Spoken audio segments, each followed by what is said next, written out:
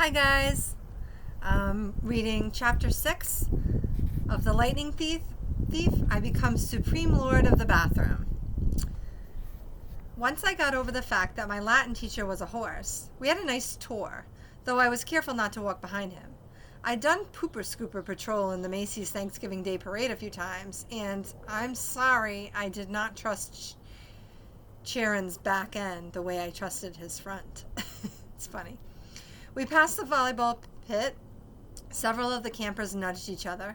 One pointed to the Minotaur horn I was carrying. Another said, "That's him." Most of the campers were older than me. Their satyr friends were bigger than Grover, all of them trotting around in orange Camp Half-Blood t-shirts, with nothing else to cover their bare, shaggy hindquarters. I wasn't normally shy, but the way they stared at me made me uncomfortable. I felt like they were expecting me to do a flip or something. I looked back at the farmhouse. It was a lot bigger than I'd realized. 4 stories tall, sky blue with white trim, like an upscale seaside resort. I was checking out the Brass Eagle weather vane on top when something caught my eye, a shadow in the uppermost window of the attic gable. Something had moved the curtain, just for a second, and I got the distinct impression I was being watched. "What's up there?" I asked Sharon. He looked where I was pointing and his smile faded. "Just the attic." "Somebody lives there?" "No," he said with finality. "Not a single living thing." I got the feeling he was being truthful, but I was also sure something had moved that curtain. "Come along, Percy," Kieran said. "Is it Chiron or Kieran? I think it's Chiron." Chiron said, his light-hearted tone now a little forced. "Lots to see." We walked through the strawberry fields where campers were picking bushels of berries while a satyr played a tune on a reed pipe. Chiron told me the camp grew a nice crop for export to New York restaurants and Mount Olympus. "It pays our expenses," he explained, "and the strawberries take almost no effort." He said Mr. D had this effect on fruit-bearing plants. That just went crazy when he was around. It worked best with wine grapes, but Mr. D was restricted from growing those, so they grew strawberries instead. I watched the satyr playing his pipe. His music was causing lines of bugs to leave the strawberry patch in every direction, like refugees fleeing fire. That's a simile. I wondered if Grover could work that kind of magic with music. I wondered if he was still inside the farmhouse getting chewed out by Mr. D. "Grover won't get in too much trouble, will he?" I asked Chiron. "I mean, he was a good protector, really." Chiron sighed. He shed his tweed jacket and draped it over his horse's back like a saddle. "Grover has big dreams, Percy, perhaps bigger than are reasonable. To reach his goal, he must first demonstrate great courage by succeeding as a keeper, finding a new camper and bringing him safely to Half-Blood Hill." "But he did that." "I might agree with you," Chiron said, "but it is not my place to judge. Dionysus and the Council of Cloven Elders must decide. I'm afraid they must not see this assignment as a success. After all, Grover lost you in New York. Then there's the unfortunate, fate of your mother, and the fact that Grover was unconscious when you dragged him over the property line. The council might question whether this shows any courage on Grover's part." I wanted to protest. None of what happened was Grover's fault. I also felt really, really guilty. If I hadn't given Grover the slip at the bus station, he might not have gotten in trouble. "He'll get a second chance, won't he?"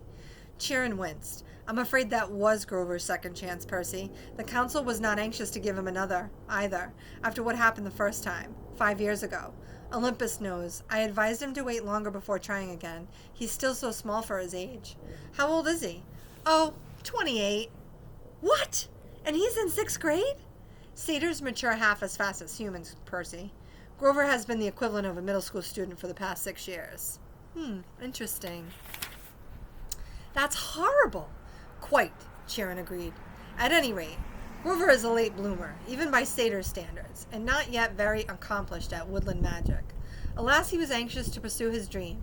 Perhaps now he will find some other career." "That's not fair," I said. "What happened the first time? Was it really so bad?" Chiron looked away quickly. "Let's move along, shall we?" But I wasn't quite ready to let the subject drop. Something had occurred to me when Chiron talked about my father's fate, as if he were intentionally avoiding the word death. The beginnings of an idea, a tiny, hopeful fire, started forming in my mind. "Chiron," I said, "if the gods and Olympus and all that are real—" "Yes, child?" "Does that mean the underworld is real too?" Chiron's expression darkened. Yes, child. He paused as if choosing his words carefully. There is a place where spirits go after death. But for now, until we know more, I would urge you to put that out of your mind. What do you mean, until we know more? Come, Percy, let's see the woods. As we got closer, I realized how huge the forest was. It took up at least a quarter of the valley, with trees so tall and thick you could imagine nobody had been in there since the Native Americans. Chiron said, "The woods are stocked, if you care to try your luck, but go armed." Stocked with what? I asked. Armed with what? You'll see. Capture the flag is Friday night. Do you have your own sword and shield? My own? No, Chiron said. I don't suppose you do. I think a size 5 will do. I'll visit the armory later. I wanted to ask what kind of summer camp had an armory, but there was too much else to think about, so the tour continued. We saw the archery range, the canoeing lake, the stables, which Chiron didn't seem to like very much, the javelin range, the sing-along amphitheater, and the arena where Chiron said they held sword and spear fights. Sword and spear fights, I asked? Cabin challenges and all that stuff, he explained. Not lethal, usually. Oh, yes, and there's the mess hall. Chiron pointed to an outdoor pavilion framed in white Grecian columns on a hill overlooking the sea. There were a dozen stone picnic tables. No roof, no walls. What do you do when it rains? I asked. Chiron looked at me as if I'd gone a little weird. We still have to eat, don't we? I decided to drop the subject. Finally, he showed me the cabins. There were 12 of them nestled in the woods by the lake. They were arranged in a U, with 2 at the base and 5 in a row on either side, and they were without doubt the most bizarre collection of buildings I'd ever seen. Except for the fact that each had a large brass number above the door. Odds on the left side, evens on the right. They looked absolutely nothing alike. Number 9 had smokestacks like a tiny factory. Number 4 had tomato vines on the wall and a roof made out of real grass.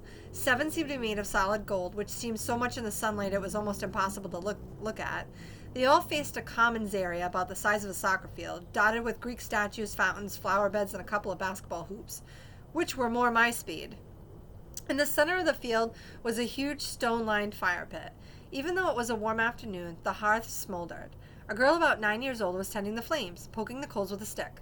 The pair of cabins at the head of the field, numbers 1 and 2, looked like his and hers mausoleums. Mausoleum is where you can keep your loved ones after they have passed away, usually in caskets, and it sits above the ground. It's like a stone closet. Big white marble boxes with heavy columns in front.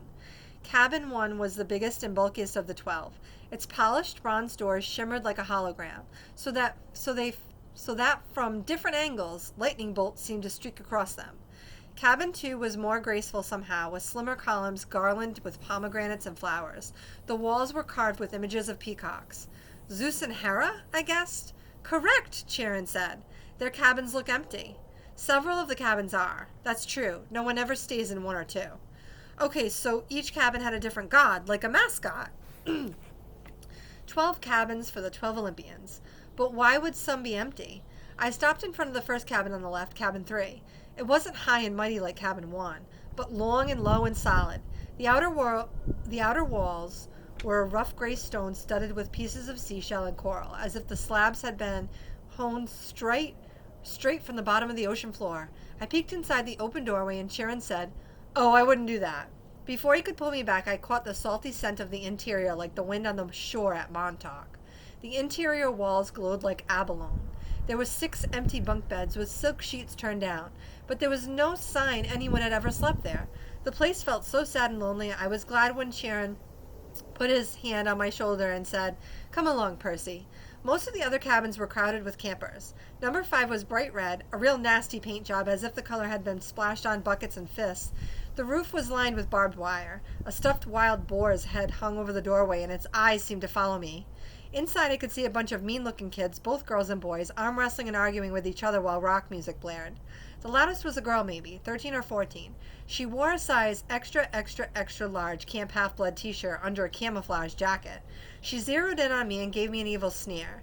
She reminded me of Nancy Bobofit, though the camper girl was much bigger and tougher looking, and her hair was long and stringy, and brown instead of red. I kept walking, trying to stay clear of Chiron's hooves. "We haven't seen any other centaurs," I observed. "No," said Chiron, sadly. My kinsmen are a wild and barbaric folk, I'm afraid. You might encounter them in the wilderness, at major sporting events, but you won't see any here. You said your name was Chiron. Are you really... He smiled down at me. The Chiron from the stories? Trainer of Hercules and all that? Yes, Percy, I am. But shouldn't you be dead? Chiron paused. Or is it Chiron? Chiron. I think his name is Chiron. Chiron paused, as if the question intrigued him. I honestly don't know about should be. The truth is I can't be dead. You see, eons ago, the gods granted my wish. I could continue the work I loved. I could be a teacher of heroes as long as humanity needed me.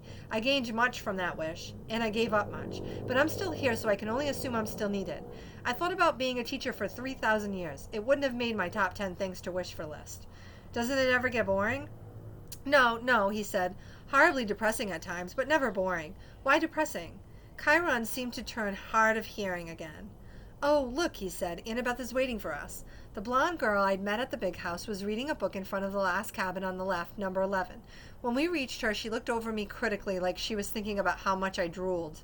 I tried to see what she was reading, but I couldn't make out the title. I thought my dyslexia was acting up. Then I realized the title wasn't even English. The letters looked Greek to me. I mean, literally Greek. There were pictures of temples and statues and different kinds of columns, like those in the architecture book. Annabeth, Chiron said, I have master's archery class at noon. Would you take Percy from here? Yes, sir. Cabin 11, Chiron told me, gesturing toward the doorway. Make yourself at home. Out of all the cabins, 11 looked the most like a regular old summer camp cabin, with the emphasis on old. The threshold was worn down, the brown paint peeling. Over the doorway was one of the doctor's symbols, a winged pole with 2 snakes wrapped around it. What did they call it? A caduceus.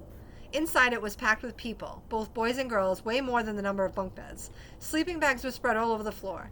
It looked like a gym where the Red Cross had set up an evacuation center. Chiron didn't go in. The door was too low for him. But when the campers saw him, they all stood and bowed respectfully.